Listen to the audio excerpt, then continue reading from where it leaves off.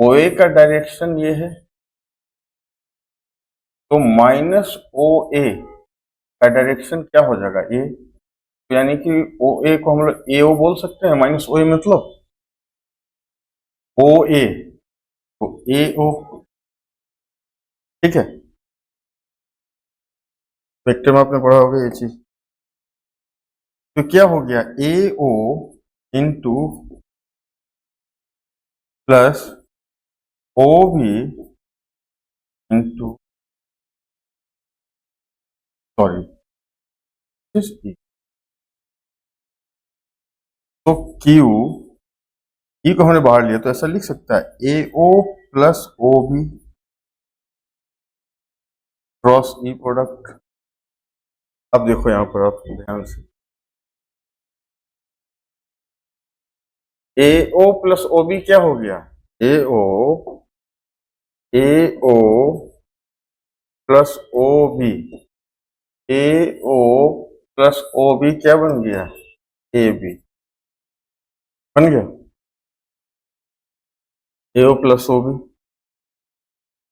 क्या बन गया, ये AB। तो Q AB बन गया ये क्रॉस E। तो AB हमारा क्या है यहाँ पर, 2A डाइपोल का लेंथ है, और Q से अगर मल्टीप्लाई कर दें तो माइनस से प्लस है, ये क्या बन गया, E डाइपोल मोमेंट।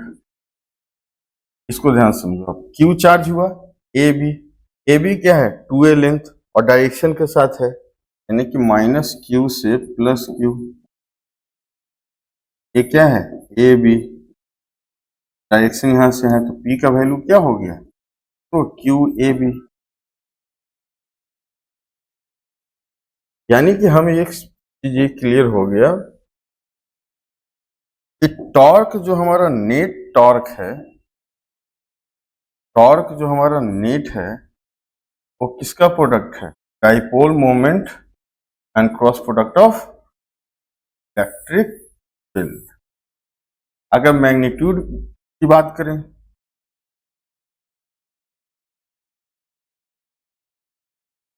क्या हो जाएगा, सिंपल PE साइन, ओके।